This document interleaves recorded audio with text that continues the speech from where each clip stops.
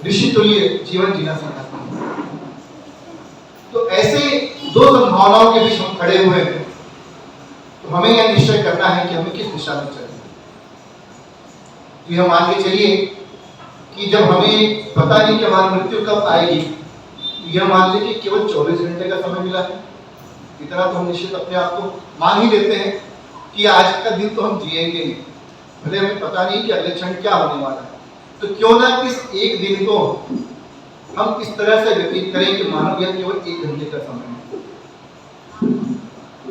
इस अवसर को हम अपने उन कार्यों में क्यों न लगाएं कि जिससे हम अपने जीवन की सार्थकता को सिद्ध कर पाए। अवसर को, सौभाग्य को वही पहचान पाते हैं जो समय की कीमत जानते हैं। यदि हमने समय को सही तरीके से उपयोग करना सीखा, गुरुदेव ने कहा है जीवन का नन्हा क्षण भी निरर्थक नष्ट न होने पर। और दूसरी बात क्या कही है, मनुष्य का जीवन तो सरल होता है लेकिन मनुष्यता उसे कठिन प्रयत्न से प्राप्त करनी पड़ती है। यह दो सूत्र जो है हमारे आध्यात्मिक जीवन के लिए बहुत ही महत्वपूर्ण सूत्र है। पहला क्या, जीवन का नन्हा क्षण भी निरर्थक नष्ट न होने पाए, और दूसरा मनुष्य का जन्म तो सरल सहज होता है लेकिन मनुष्यता उसे कठिन प्रयत्न से प्राप्त होती है। अन्य प्राणियों की, अन्य पशुओं की जिस प्रकार से जन्म होता है, हम भी माता पिता के शुक्र और वीर से पैदा हुए, लेकिन उसके बाद पशु तो बड़ी तेजी से अपना ग्रोथ कर लेता है, लेकिन मनुष्य को चलने में भी 1 साल का वक्त लग जाता है। अपने हाथ से खाना खाने में भी उसे 1 साल से ऊपर ही लग जाता है। कुछ समझने में, अपने नए कुछ कार्य कर पाने में भी उसे समय लग जाता है अन्य पशुओं की तुलना में। लेकिन फिर भी मनुष्य को क्यों सुर दुर्लभ कहा गया? तुलसीदास जी ने कहा है, सुर दुर्लभ सब ग्रंथ ही पाओ, बड़े भाग मानुष बन पाओ। क्यों कहा गया? जबकि पशुओं की तुलना में हमने वो क्वालिटी का मैं हम लेट ग्रोथ करते हैं, फिर भी यह सुर दुर्लभ है। केवल इसीलिए कि इस जन्म में वो दोनों संभावनाएं हैं। हम चाहें तो अपने आप को विनाश के गर्त पे ले जा सकते हैं, या फिर उन ऊंचाइयों पे ले जा सकते हैं जिसकी कोई स्काई इज द लिमिट, वहां तक हम अपने आप को ले जा सकते हैं। तो आगे हम यदि देखें इन संभावनाओं में, क्या हम किलकारी से लेकर के चिता पर लेटने तक के ही अपने आप को सीमित रखें? बच्चे की किलकारी यानी जन्म और चिता पर लेटना मतलब तो किलकारी से लेकर के चिता पर लेटने तक के ही अपने आप को सीमित रखें, पेट और प्रजनन के लिए ही अपने आप को सीमित रखें। सोचने का विषय है, इसके लिए हमें समय देना होगा, और समय आज किसी के पास नहीं है। आप सभी साधुवाद के पात्र हैं कि आपने अपने बहुमूल्य समय में से समय निकाला और आज यहाँ पर आए हैं। तो ऐसे ही आप अपने जीवन के प्रतिदिन के 24 घंटे में से यदि 10 मिनट का समय निकालें और चिंतन करें, मनन करें कि हम कौन हैं, कहाँ से आए, क्या हमारा उद्देश्य है, जीवन का उद्देश्य क्या है। जीवन का उद्देश्य केवल पेट और प्रजनन नहीं हो सकता, पेट पालना और प्रजनन, अपनी पीढ़ी दर पीढ़ी मनुष्य आगे बढ़ाते हैं। यह जीवन की उद्देश्य को, इस जीवन के उद्देश्य को समझने के लिए, जीवन के सही उद्देश्य को प्राप्त करने के लिए, जीवन क्या है यह समझने के लिए हमें अपने लिए समय निकालना आवश्यक है। इसके लिए गुरुदेव ने 2 सूत्र दिए हैं। क्या सूत्र दिया? प्रतिदिन नया जन्म, हर रात नई मौत, हर सुबह नया जन्म, हर रात नई मौत। क्या करना है? करना एक ही है कि जब हम सुबह उठें तो बिस्तर पे लेटे ही लेटे अपने जन्म देने वाली माता पिता, अपने मार्गदर्शक गुरु सत्ता को, अपने अग्रजों को, उन सभी देव मानवों को जिन्होंने हमें दिशा दी है,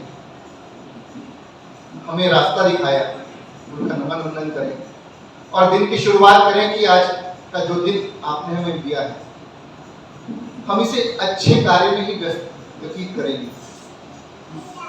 संभव हो तो टाइम टेबल बना लें कि हमें क्या क्या अनिवार्य कार्य करने हैं और इसके बाद कौन सा समय हम बचा सकते हैं जिसे अच्छे कार्य में हम लगाएं। अच्छे कार्य में लगाने का तात्पर्य जिससे हमारी आत्मिक तुष्टि होती है, आत्मा को खुशी मिलती है। हम जो भी कार्य करते हैं, चाहे हम ये कपड़े पहनते हो अच्छे, बाजार से लेकर के नए नए कपड़े लेते हैं या किसी प्रकार के और भी सुविधा साधन जुटाते हैं, क्यों जुटाते हैं? खुशी प्राप्त करने। लेकिन क्या वो खुशी परमानेंट रहती है कि हमारे पास में? यदि आपने अपने अनुरूप कोई एक 54 इंच का या 60 इंच का टीवी लेके आया घर पे, तो जिस दिन आपने टीवी लेकर के आए थे उससे आज तक वही खुशी है क्या जो आपको पहले दिन आपने प्राप्त की थी? लेकिन यह खुशी जो आत्मिक खुशी के रूप में हम जानते हैं, किसी को कुछ देने का, त्यागमय जीवन, तपस्यामय जीवन, जो कुछ भी हमारे स्रोत हैं, आय के बोलिए या हमारे पास शक्ति के स्रोत, इंसान के पास अपने कमाई में 2 स्रोत होते हैं, श्रम और समय। तो इस श्रम का उपयोग और आपके पास जो समय मिला है जिसे हम जीवन कहते हैं, तो श्रम और समय को यदि हम सही कार्य में लगाने के लिए संकल्पबद्ध हो जाएं, अपने आप को उसके लिए संकल्पित कर लें नियमित रूप से, निश्चित जानिए कि आपके जो आध्यात्मिक जीवन की शुरुआत होगी। और यह आध्यात्मिक जीवन की शुरुआत हर दिन नए जन्म के समय में आप उस अपने निश्चय को, अपने संकल्प को दोहराते रहें कि जो संकल्प हमने लिया है उसे आज किसी कारण से कल हमने पूरा नहीं कर पाया, आज अवश्य ही पूरा करें। और रात में सोने के समय में उसकी समीक्षा करें कि हमने जो संकल्प लिया था वह कितने प्रतिशत पूरा कर पाए हैं। यदि आपने काफी अच्छे तरीके से पूरा किया तो निश्चित रूप से आप अपने आप को भी बधाई दीजिए और ऊपर वाले के आशीर्वाद और मार्गदर्शन के लिए आप उनके अनुग्रहित हुई, उपकृत हुई उनके प्रति। सुबह का जो चिंतन है, आत्मचिंतन, आत्मबोध, इसमें अपनी पिछली गलतियों को हमें न दोहराने का संकल्प, आत्म सुधार के लिए। और मनन के समय, रात्रि में सोते समय समीक्षात्मक रूप से जो कुछ भी गलती हुई इसकी क्षमा याचना करते हुए, इसमें आत्म सुधार के साथ साथ जो कुछ भी ऐसे गुण जो हम किन्हीं महामानवों में, देव पुरुषों में देखते हैं, यदि हमें ऐसा लगता है कि ऐसे गुण हमारे अंदर भी होने चाहिए, तो उन गुणों का अपने अंदर अभिवर्धन करने का प्रयास, क्योंकि हम बीज रूप में ईश्वर अंश, जीव अविनाशी, हम ईश्वरीय अंश ही है। उस बीज को यदि हमने सही खाद पानी दिया, सही भूमि दी, तो निश्चित जानिए कि वो सभी दैवीय गुण आपके अंदर भी परिलक्षित हो सकते हैं, डेवलप हो सकते हैं, दिख सकते हैं। आप उसे ही साधना से सिद्धि कहा जाता है। साधना मतलब अपने आप को एक मॉडल फ्रेम पे चलने के लिए बाध्य कर लेना, साचे पे चलने को बाध्य कर लेना, तपस्यामय जीवन जीने के लिए अपने आप को लगा देना। और जब इसमें हम लग जाते हैं तो निश्चित जानिए कि कोई भी चीज प्राप्त करने के लिए हमें मूल्य चुकाना होता है। तो वह मूल्य क्या है? वह मूल्य यही है, नेक नीति के रास्ते पर चलना।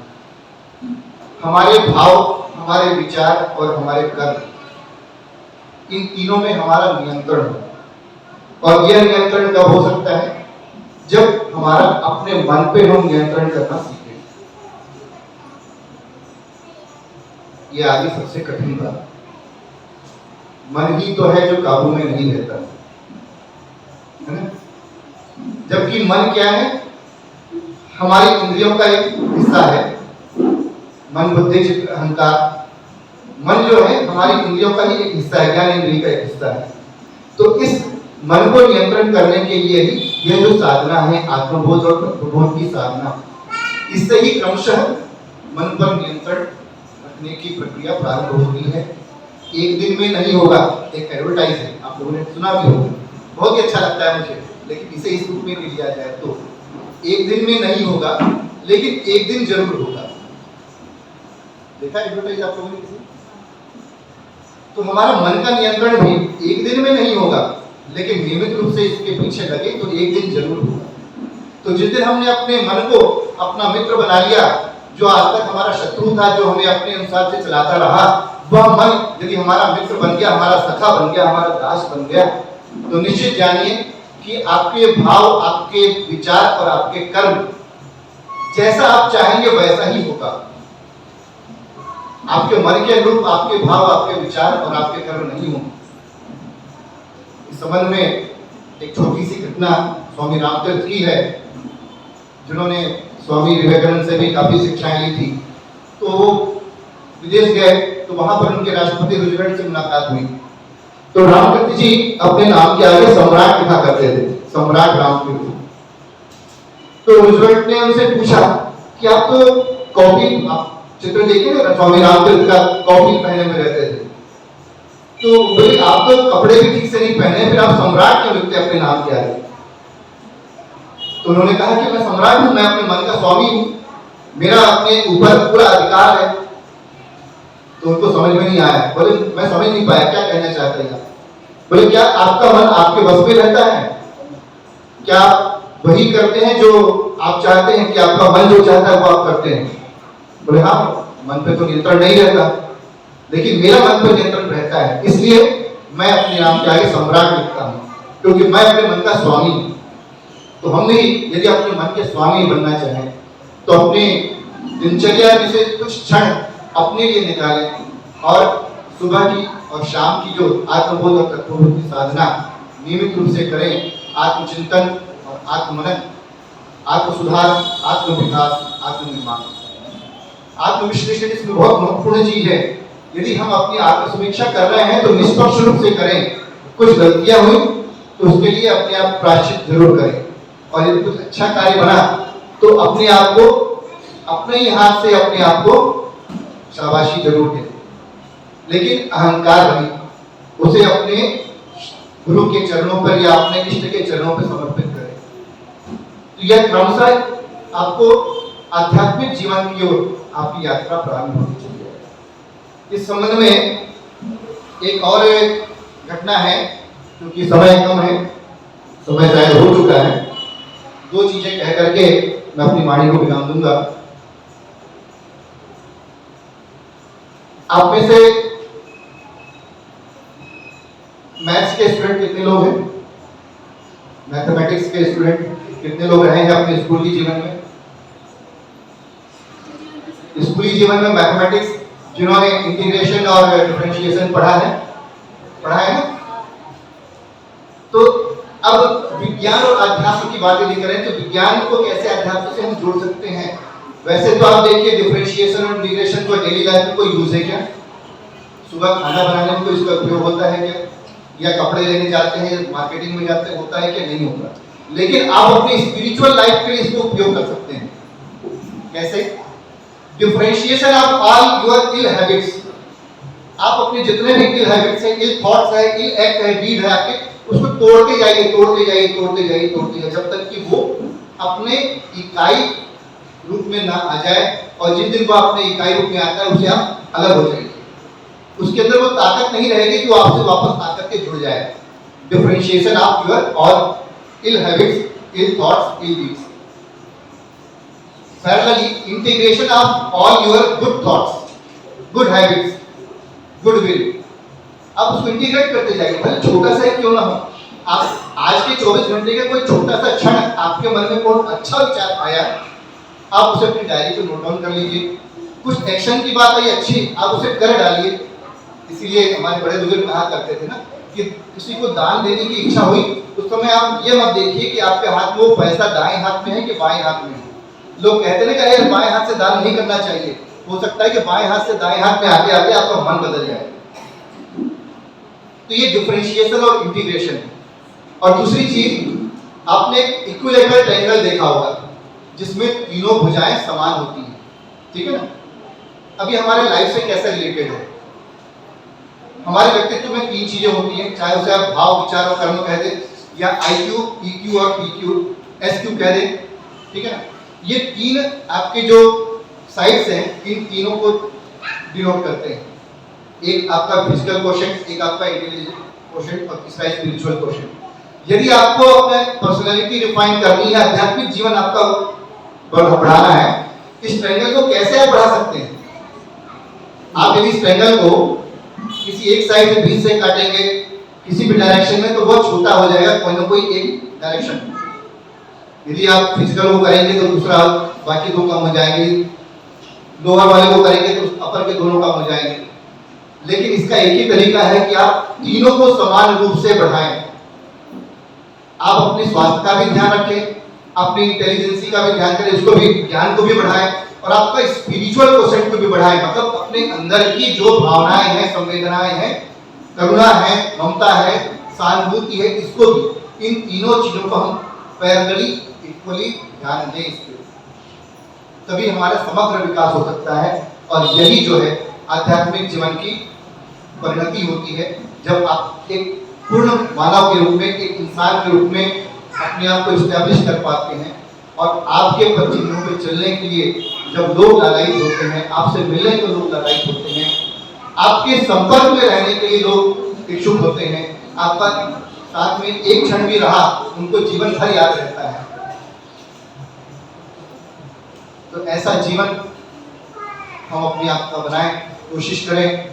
परम पूज्य गुरुदेव ने ऐसे 18 सूत्र दिए हैं जो आपके सामने लगे हुए हैं, नवयुग का संविधान। इन संविधान को यदि हमने अपने जीवन में प्रतिदिन पठन किया और उसके अनुरूप अपने जीवन को बनाने का अभ्यास किया, तो निश्चित जानिए कि हमारा यह जीवन सफल जीवन होगा, सुखद जीवन होगा, आध्यात्मिक जीवन होगा, और किसी न किसी रूप में हमारी अनंत काल से चल रही ये जो यात्रा है, जिसे हिंदू मैथोलॉजी के हिसाब से 84 लाख योनि में भटकने के पश्चात मनुष्य जन्म मिलता है, और इसे भी यदि हमने यूं ही खो दिया तो पता नहीं अगला जन्म हमें कब मिलेगा, इसकी कोई गारंटी नहीं। और उस समय हमें ऐसे सद्गुरु का सानिध्य मिलेगा जिन्होंने हमें उस राह पे चलने के लिए अपना हाथ आगे किया, अपना सब कुछ हमें देने को आगे बढ़े, अपना अंग अवयव कहा हमें। तो ऐसे गुरु का सानिध्य मिलेगा उस समय पता नहीं। इसलिए आज जो समय मिला है ये बहुत ही भीषण समय चल रहा है पूरे विश्व पटल पर, पूरे ब्रह्मांड पर। आप सभी आजकल टीवी न्यूज देख रहे होंगे, अखबार पढ़ते होंगे, बहुत ही भयावह स्थिति चल रही है। इस स्थिति से यदि हमको अपने आप को बचाना है तो आध्यात्मिक जीवन शैली के अलावा और कोई ऐसा दूसरा जीवन नहीं है जिसमें हम आगे बढ़ करके सुखद जीवन कह सकें, जिसे सफल जीवन कह सकें। ये विराम देता हूँ। धन्यवाद।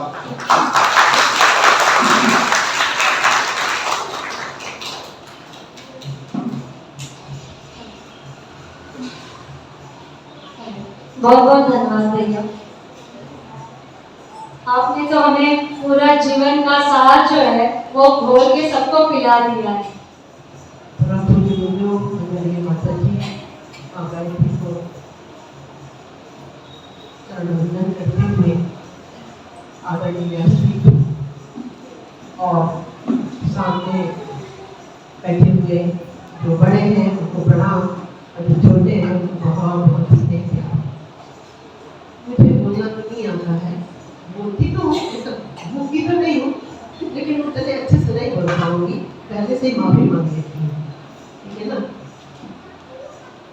जैसा कि अभी दीपाली ने बताया, ये किया आपको कुछ भी नहीं किया। एक गुरुदेव का दर्द है, गुरुदेव जो प्रवचन करते थे सुना है, रोते थे, किसके पास आए हो तुमको ये नहीं पता क्या हो मेरे मुंह। तो ये बहुत सारी चीजें उन्होंने प्रवचन में बताई है और बहुत रोए हैं और ये भी कहा है मैंने तुमको अपना राजकुमार बनाया है, ठीक है ना। तो आज मुझे विषय दिया गया है परिवार और समाज, परिवार निर्माण और समाज निर्माण। निर्माण का मतलब समझते होंगे आप लोग सब लोग। निर्माण यानी मजबूती।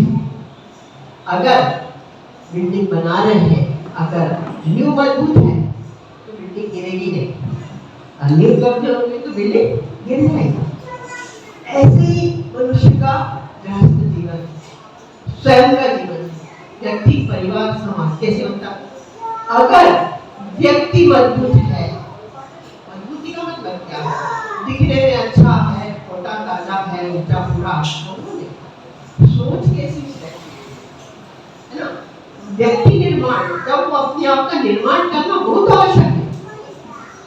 परिवार का निर्माण भी होगा, पहले व्यक्ति निर्माण होगा। परंतु जो गुरुदेव ने बहुत सिस्टमेटिक ढंग से हम लोगों को बातें कही है, थोड़ी सी देर में तो मैं नहीं बता पाती हूँ उतना सा ना, और बाकी तो सब ये लिखा हुआ है। इतना सारा लिखा है हम नहीं पढ़ सकते, लेकिन कुछ कुछ खास चीजें जो है मेरा स्वभाव है।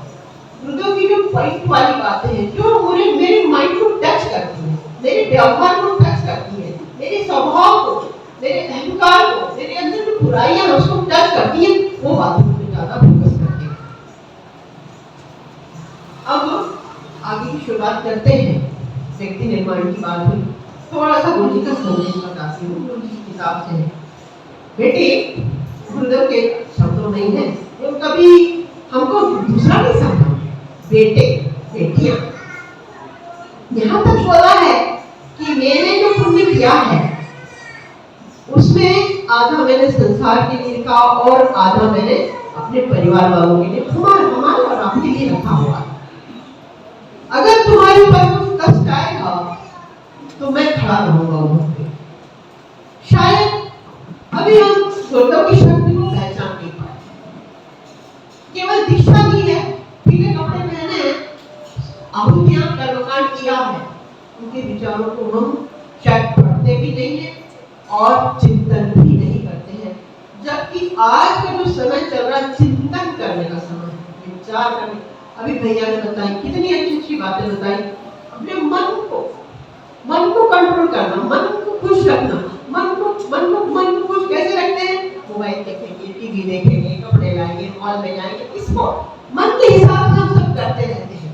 मन को कंट्रोल करना है। और तुम्हारी बात नहीं मानेंगे, हमारे जो गुरु जी ने बताई है, जो दो साधना बताई है, भैया ने बताया ना भाई, सुबह की सोने से पहले की और सुबह उठने की छोटी छोटी साधनाएं बताई है। और इसमें इतनी शक्ति भरी पड़ी हुई है बेटा कि अगर हम वाकई में रोज करने लगेंगे ना, शरीर जो है भगवान का मंदिर है। सत्संकल्प पढ़ना, सब लोग सत्संकल्प पढ़ा करो, उसमें पूरा गीता के 18 अध्याय है। सत्संकल्प पढ़ोगे ना और गुरुदेव का नाम लेंगे, सारा ज्ञान मिल जाएगा आपको। इतनी शक्ति हमारे गुरु जी के शब्दों में है। तो बेटे, आप ऐसे शानदार समय पैदा हुए हैं, बेटे आप ऐसे शानदार समय में पैदा हुए हैं कि आप चाहे तो ऐसे शानदार समय में भगवान के साथ, उनके शब्द हैं, भगवान के साथियों में है कोई बोलने वाला इतने कथावाचक आज में किसी की निंदा नहीं कर रही कि गारंटी के साथ शब्द लेने वाला है आज तो कोई पैदा हुआ है न होगा। भगवान के साथियों में, भगवान का हाथ बटाने वाले। ध्यान से सुनिए, शब्दों पर ध्यान दीजिए। आज का समय बार बार नहीं आएगा, हो सकता है कल होना रहे। गुरु जी ने किताबों में लिखा है, बहुत कुछ लिखा है, आप नहीं पढ़ पाओ, कुछ पॉइंट की बातें हम पढ़ते हैं। भगवान का हाथ बटाने वाला। आप सब क्या करने आए हो? जैसे भैया ने बोला, समय बड़ा कीमती है। आप बड़े सौभाग्यशाली है कि आपने इतना समय निकाला। बहुत से लोगों को निमंत्रण गया होगा, दीदी ने, संगीता जी ने बताया होगा, उनकी ये सब ये तो किस्मत की बात है। भगवान का हाथ बटाने वाले साधारण व्यक्ति तो नहीं रहते, जो महान आत्मा है उन्हीं को बुलाया जाता, वो आ सकती है। भगवान के पार्षदों में अपना नाम दिखा सकते। आप कौन है? भगवान के पार्षद। गांठ बांध दो, मैं भगवान की पार्षद हूँ। और स्वाध्याय करिए, मंथन करिए, चिंतन मनन करिए, आप अपने आप में महसूस करेंगी, कहीं आपको दुख नजर ही नहीं आएगा, हर जगह खुशियां नजर आएंगी, हर वातावरण में खुशी नजर आएगी। इतनी शक्ति हमारे गुरु के शब्दों में है। पार्षद कौन है बेटा? जो नए युग का निर्माण करने के लिए तैयार हो। पार्षद कौन है? जो नए युग का निर्माण करने के लिए तैयार। क्या आप लोग तैयार हो कि नहीं?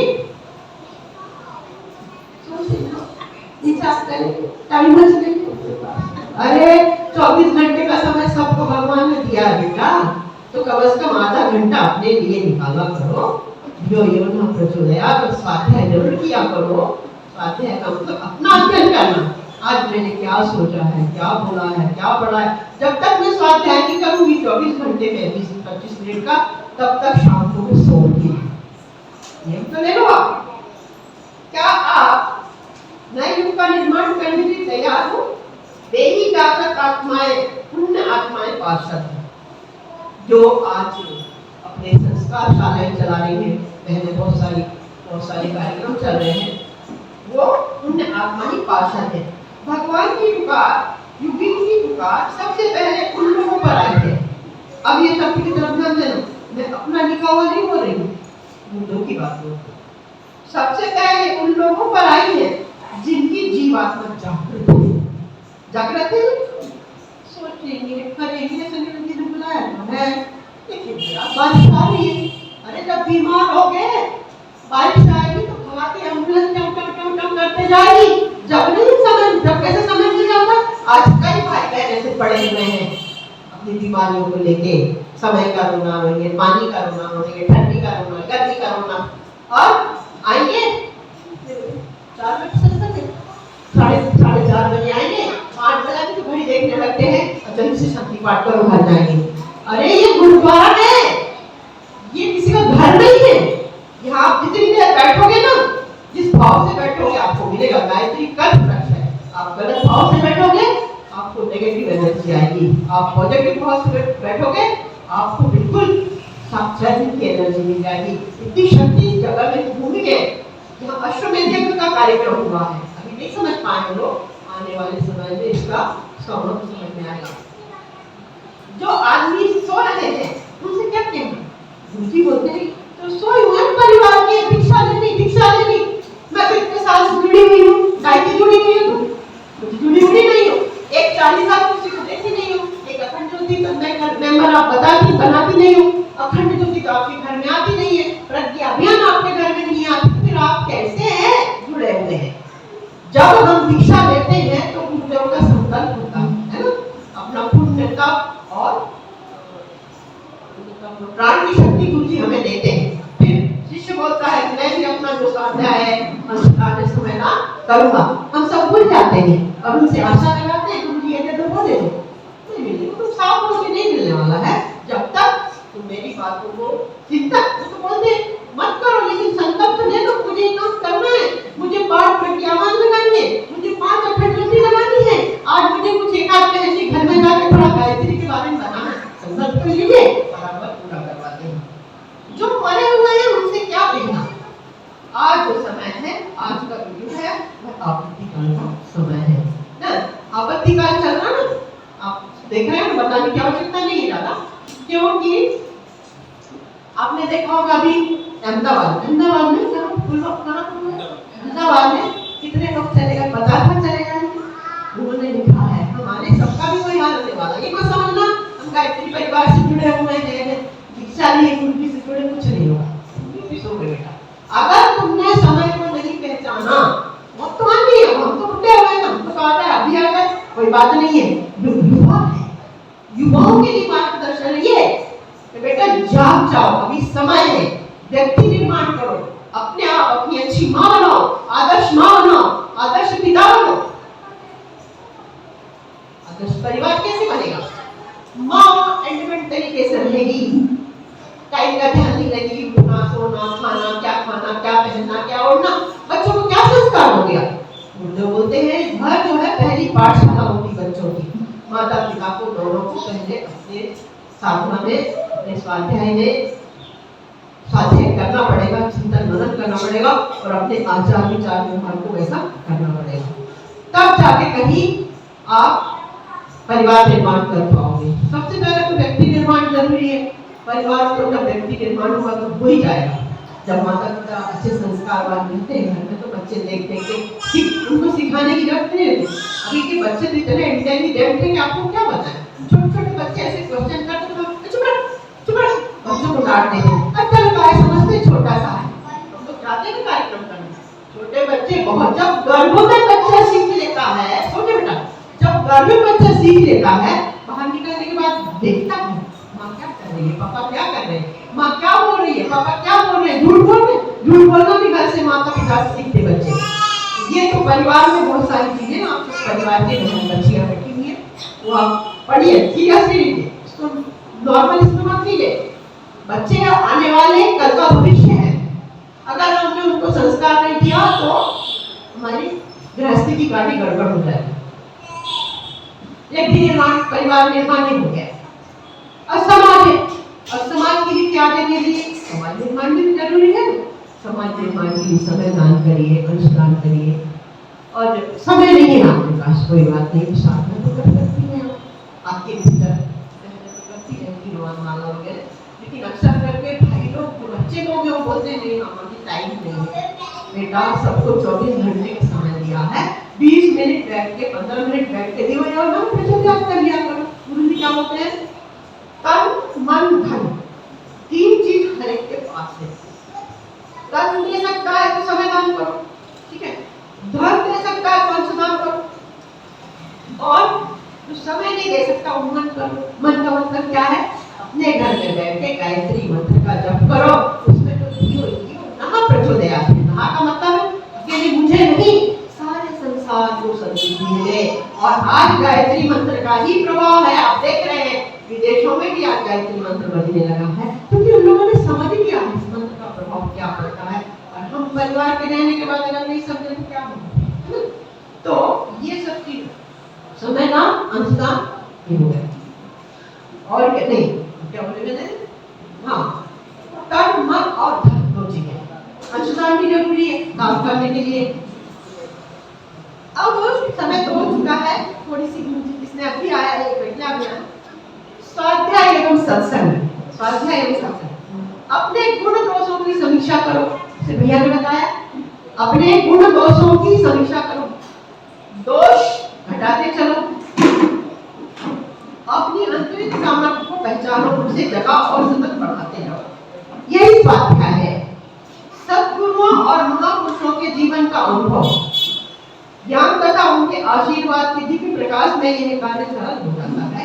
अतः सत्साहित्य पढ़ो, उसके दिव्य ज्ञान को जीवन में उतारते चलो, यही सच्चा स्वाध्याय है। ठीक है ना, स्वाध्याय करना जरूरी है। भैया ने भी वही बोला, हम भी वही बोलेंगे, गुरु जी बोल बोलते हैं स्वाध्याय मतलब अपने आप का अध्ययन करना। परिस्थिति एवं वातावरण का मन पर असर होने लगता है। जैसा कि बताया, यहाँ आए कुछ ना कुछ पॉजिटिव एनर्जी घर हम लेके जाते हैं। उस स्थिति में कुविचारों के विपरीत सशक्त सुविचारों से उन्हें काटना चाहिए। स्वार्थपरता, धोखेबाजी, कामचोरी के विचार आए तो उन्हें श्रमशीलता और प्रामाणिकता के साथ प्रगति करने वालों के तथ्यपूर्ण चिंतन से हटाएं। हमारे अंदर की नेगेटिविटी के विचार होते हैं वो दूर हो जाते हैं।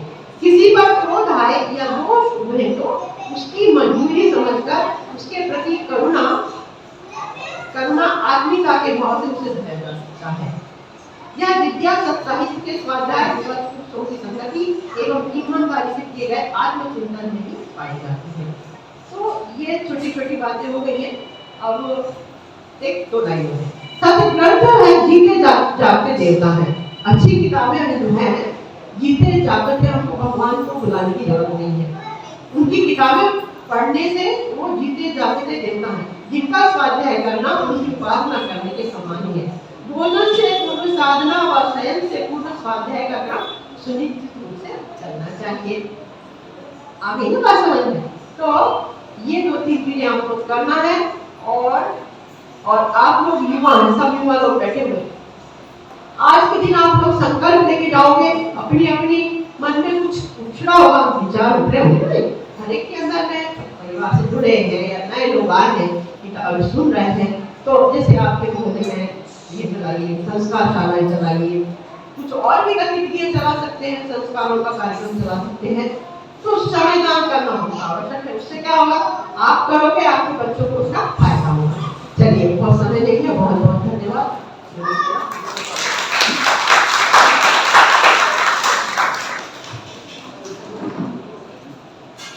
बहुत बहुत धन्यवाद काकी। बिल्कुल एक माँ जिस तरह से अपने बच्चों को चीज़ें समझाती है, उसी तरह से आपने हम सबको मार्गदर्शन किया। आपके कोमल हृदय से निकले हुए कुछ तो सुमन ने हमारा मन प्रफुल्लित कर दिया है। इस स्नेह भरे मार्गदर्शन के लिए बहुत बहुत धन्यवाद। अब हमारे पास ऐसे व्यक्ति उपस्थित है जिनके चेहरे पर हमेशा स्माइल रहती है, जो लोगों को गुरुदेव के वांग्मय से अवगत कराते हैं हमेशा। और ऐसे हमारे सबके स्नेही गजेंद्र सिंह अंकल, मैं आपसे अनुरोध करती हूँ कि आप यहाँ आए और हम सबको हमारा आपका मार्गदर्शन।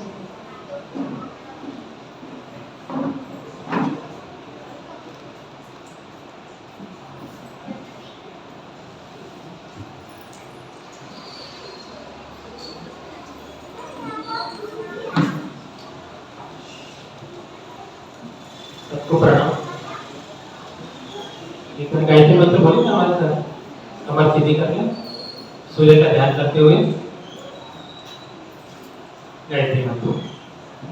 ओम भूर्भुवः स्वः तत्सवितुर्वरेण्यं भर्गो देवस्य धीमहि धियो यो नः प्रचोदयात्।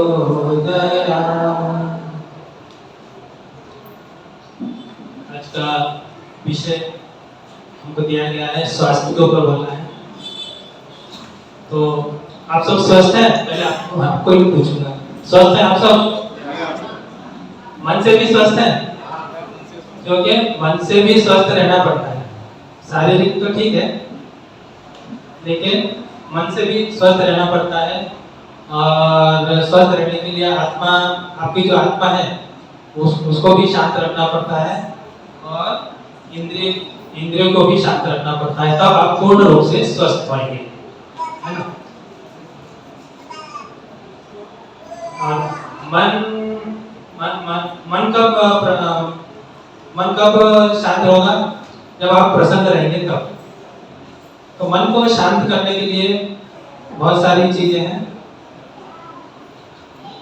जैसे आप किसी की सेवा कीजिए तो आपका मन प्रसन्न होगा।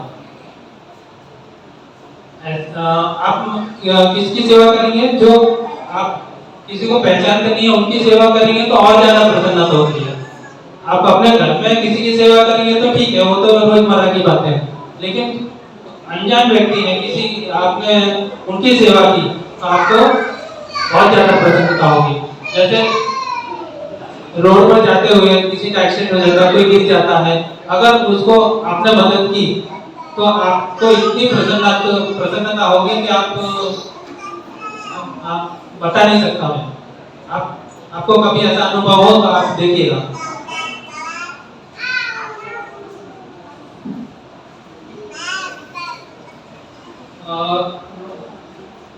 पहले मैं दिनचर्या बता देता हूँ।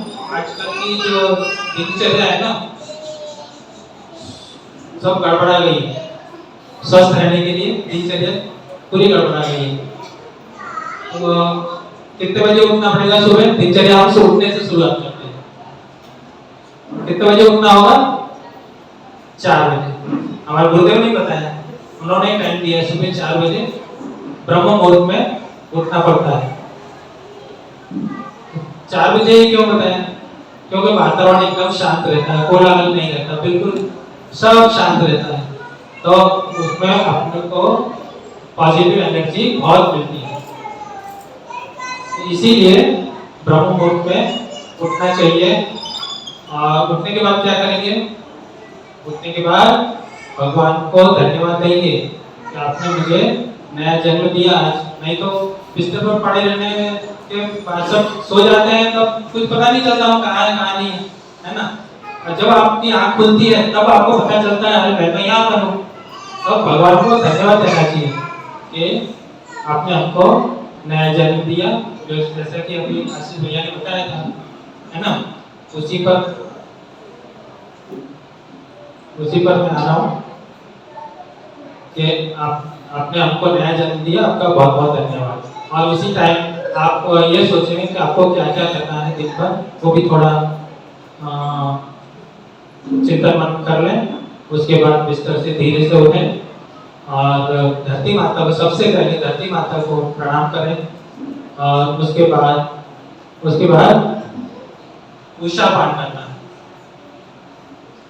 उषा पान क्या है? उषा पान ये है, गुनगुना पानी पेट भर के पीना है, जितना आप पी सकते हैं। 1 गिलास, 2 गिलास, 3 गिलास, 4 गिलास, जितना भी आप पी सकते हैं। शुरुआत में जिनको आदत नहीं है वो 1 गिलास से शुरुआत करेंगे, धीरे धीरे आपकी आदत बढ़ती जाएगी। 1 गिलास से 2 गिलास पर आएंगे, 2 गिलास से 3 गिलास पर आएंगे, और संभव हो तो 4 गिलास, नहीं तो 3 गिलास भी पर्याप्त है। और 3 गिलास गुनगुना पानी लिया, और ये बैठ के पीना है, उकड़ू आसन में बैठकर पीना है ये 3 पानी। उसके बाद 3 आसन करने पड़ते हैं। कोई आएगा 3 आसन डेमो देने के लिए? कोई आएगा 3 आसन? अनामिका आ जाओ।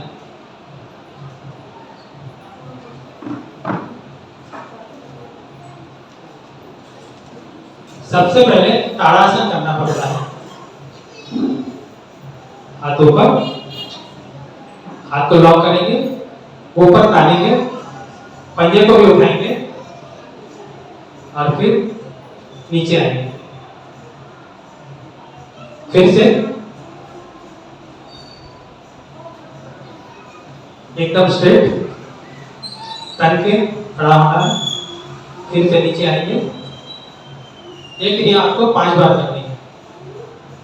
इसके बाद अर्ध त्रियागासन, साइड में बैंड होना पड़ता है, ऐसे हाथ ऊपर करेंगे और साइड में बैंड होना है इस तरह। फिर उसके बाद राइट, फिर से करेंगे लेफ्ट राइट। ये आसन भी 5 बार करना है। इसके बाद तीसरा आसन है कटी चक्र आसन। कटी चक्र आसन में क्या करना पड़ेगा? पीछे मोड़ना है, एक हाथ पीछे रहेगा, एक हाथ कंधे पे रहेगा, और पीछे देखना है, पीछे अपने एड़ी की तरफ देखना है ना। उसके बाद फिर वापस दूसरी तरफ इस तरह। फिर से एक बार करके दिखा देंगे, लेफ्ट और राइट। इसको भी 5 बार, कम से कम 5 बार करना है। इससे क्या होगा? आप धीरे धीरे, पानी भी धीरे धीरे डुलेगा, है ना। ऐसा किया, वैसे किया, पानी जो हाथों में जो पानी रहेगा तो आपका जो मल है वो साफ हो जाएगा, और आपका जो मल है आसानी से निकल जाएगा, है ना। और आपको बहुत अच्छा लगेगा। पेट साफ होने के बाद ही आपको अच्छा लगता है। जब तक पेट साफ नहीं होता तब तक अच्छा नहीं लगता है। तो ठीक है बेटा, बैठ।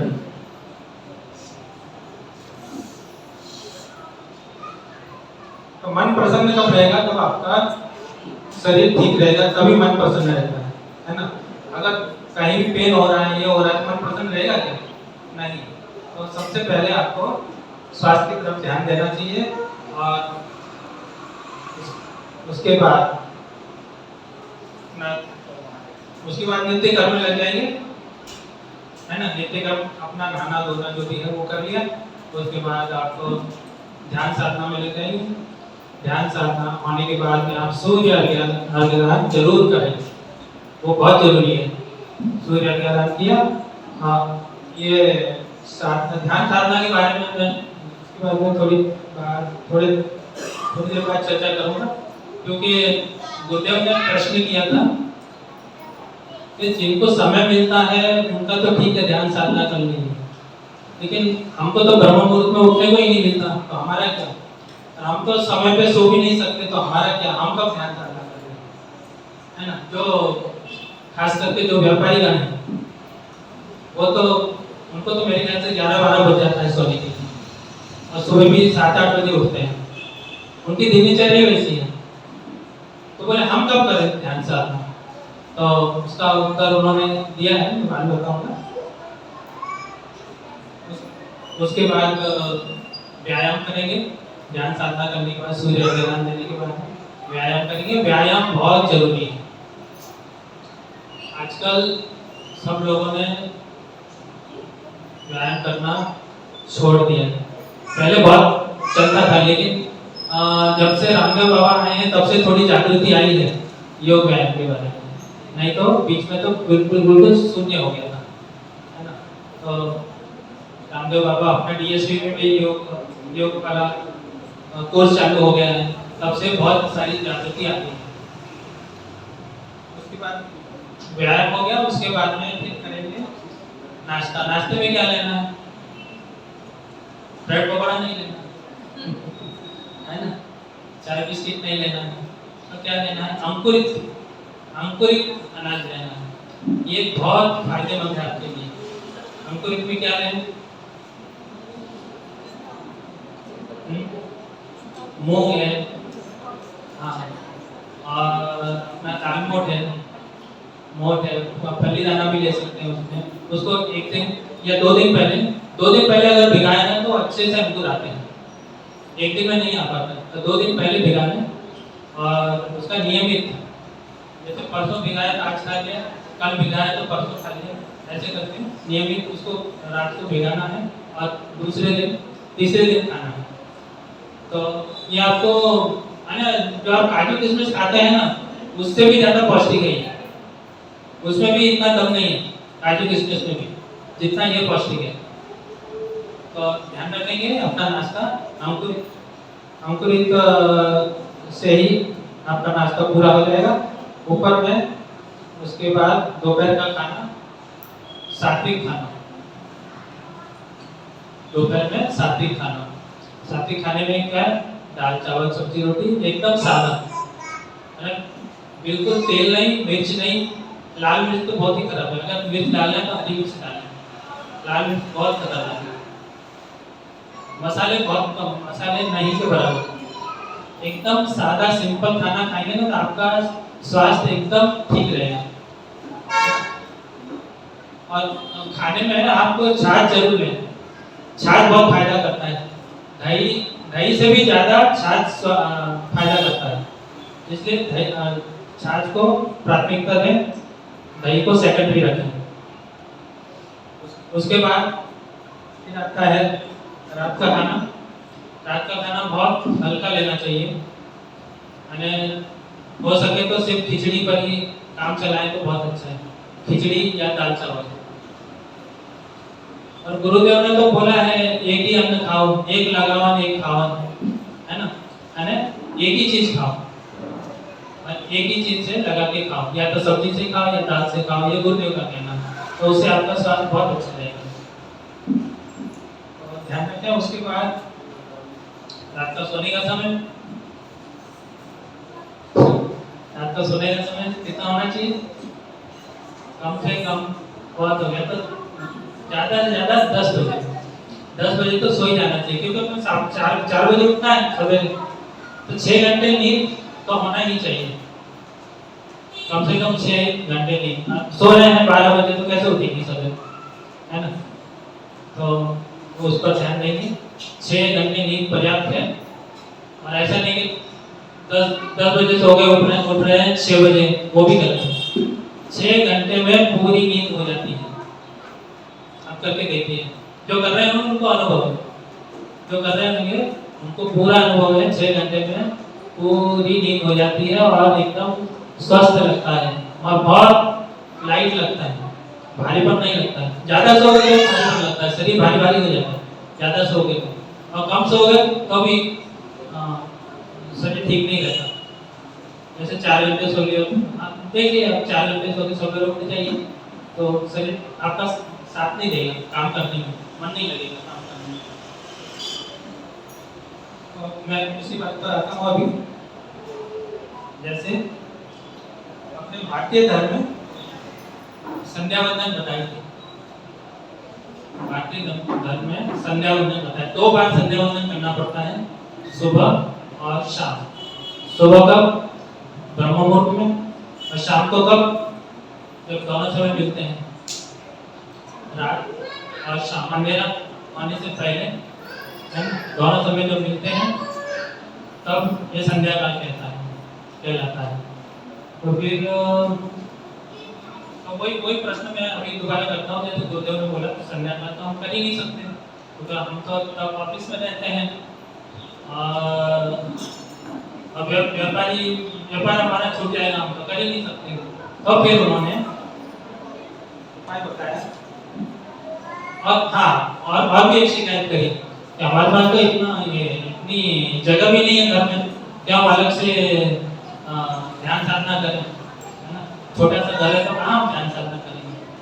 और फिर बोले ठीक है बेटा, मैं इसका उपाय बताता हूँ, क्योंकि आशीष भैया ने बताया उसी पर मैं आ रहा हूँ। आत्मबोध साधना और तत्वबोध साधना। तो उन्होंने बताया आपके पास जगह नहीं है, ठीक है कोई बात नहीं, आपके पास समय नहीं है, कोई बात नहीं, सोने का तो समय है, सोते तो होगे कभी भी, उठते तो होगे कभी भी, यानी नहीं उठने का कभी भी, जब आपकी नींद पूरी तब तो उठोगे, जब सो के उठो वही आपका संध्या वंदन है ना, उसी को कहा गया तत्वबोध साधना, आत्मबोध साधना। और रात को सोते समय तत्वबोध साधना। जब भी तुम सो, रात को 11 बजे आ जाओ, 12 बजे सोने का तो टाइम, जब भी तुम बिस्तर पे जाओ तो पड़े तत्वबोध साधना कर लेना, और सुबह उठते बराबर जब भी तुम उठो एनी टाइम तो आत्मबोध साधना कर लेना। आत्मबोध साधना में क्या, भगवान को धन्यवाद देना कि आज आत्मबोध साधना की बात बता रहा हूँ, क्योंकि आशीष भैया ने बताया, शायद रिपीट ना करूँ, शॉर्ट में बता देता हूँ। तो भगवान को धन्यवाद दें, आज हमको नया जन्म मिला। और सोते टाइम और सौंप दो प्रभु को, सोते टाइम सौंप दो, अब हम मृत्यु लोक में जा रहे हैं, है ना, हमारे पास जो भी है वो सब तुम्हारा है, और मेरे पास कुछ नहीं है। अब आप उनको जगाओगे सुबह तो ठीक है, धन्यवाद आपका, नहीं तो बस आप जो भी मेरे पास धन संपत्ति जो भी है सब मैं आपको सौंप रहा हूँ, और मैं अब निंद्रा लोक में जा रहा हूँ, है ना। ये अगर बोल के आप सो जाओगे तो आपकी नींद भी अच्छी आएगी, और क्योंकि बेफिक्र होकर सोना है ना, कोई चिंता की बात नहीं है, कल उठे ना उठे किसने देखा, आप बोल के सो रहे हो ना, बोल के सो रहे हो, है ना, उठाते हो तो ठीक है, नहीं तो ठीक है, हम सब सौंप के जा रहे हैं, तो आपको चिंता भी नहीं रहेगी, कुछ नहीं रहेगा। तो ठीक है, अभी आत्मा की शांति के लिए इसमें 3 प्रसन्न होने के 3 उपाय बताए हैं। मन प्रसन्न रहना चाहिए, इंद्रिय भी शांत रहना चाहिए, और आत्मा भी शांत रहना चाहिए। इंद्रिय संयम तो आपको मालूम है, इंद्रिय संयम ऐसा बताने की जरूरत नहीं है। इंद्रिय संयम रहेगा तो प्राणों का संचार ठीक रहेगा, इंद्रिय संयम रहेगा तो प्राणों का संचार ठीक रहेगा। और आत्मा को शांत कैसे करें? आत्मा को शांत बताया है स्वाध्याय करने से। स्वाध्याय करना 20 मिनट का स्वाध्याय करने से ही आत्मा की भूख मिट जाती है। आत्मा को भी भूख लगती है, आत्मा को भी भूख लगती है, उसकी भूख कैसे मिटेगी? स्वाध्याय से।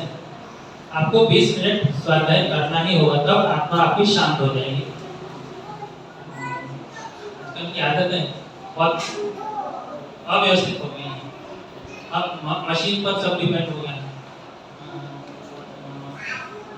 वॉशिंग मशीन आ गई, हाथ से पहले कपड़े धोते थे, वो मशीन आ गई, हाथ से कुछ करना ही नहीं पड़ता। फिर बोलते हैं मुझे ये पेन हो रहा है, वो पेन हो रहा है, तो पेन नहीं होगा तो क्या होगा? शरीर से कुछ काम करते नहीं है, हाँ, और देखो सात्विक खाना है ना, अपने हाथ से बनाकर खाना या अपने परिवार को खिलाना अपने हाथ से, वो सात्विक अन्न कहलाता है। यूँ नहीं कि घर में पाई लगा लिया और वो खाना बना रही और आप खा रहे हैं, उसको सात्विक अन्न, उसको सात्विक खाना नहीं बोलते हैं। हाँ, आपके पास टाइम नहीं है तो सब्जी उब्जी काटने के लिए, झाड़ू पोछा के लिए लगाइए, लेकिन खाना तो आपको स्वयं ही बनाना चाहिए। सब्जी छोंकना तो आपको ही चाहिए, क्योंकि उसमें उसके भाव जाते हैं काम वाली के। और फिर आप बोलोगे कि मुझे ये हो गया, क्योंकि उसके भाव आते हैं, फिर आप अनबैलेंस हो जाते हैं। तो मेरा लास्ट में गुजारिश यही है कि आप स्वयं खाना बनाएं अपने हाथ से, या अपने परिवार को खाना खिलाएं अपने हाथ से। कम से कम रोटी को अपने हाथ से ही बनाना चाहिए, सब्जी तो अपने हाथ से ही चौंकना चाहिए, बाकी सब काम करा ले भाई से, चलिए। बस इतना ही बोल के मैं अपना 2 शब्द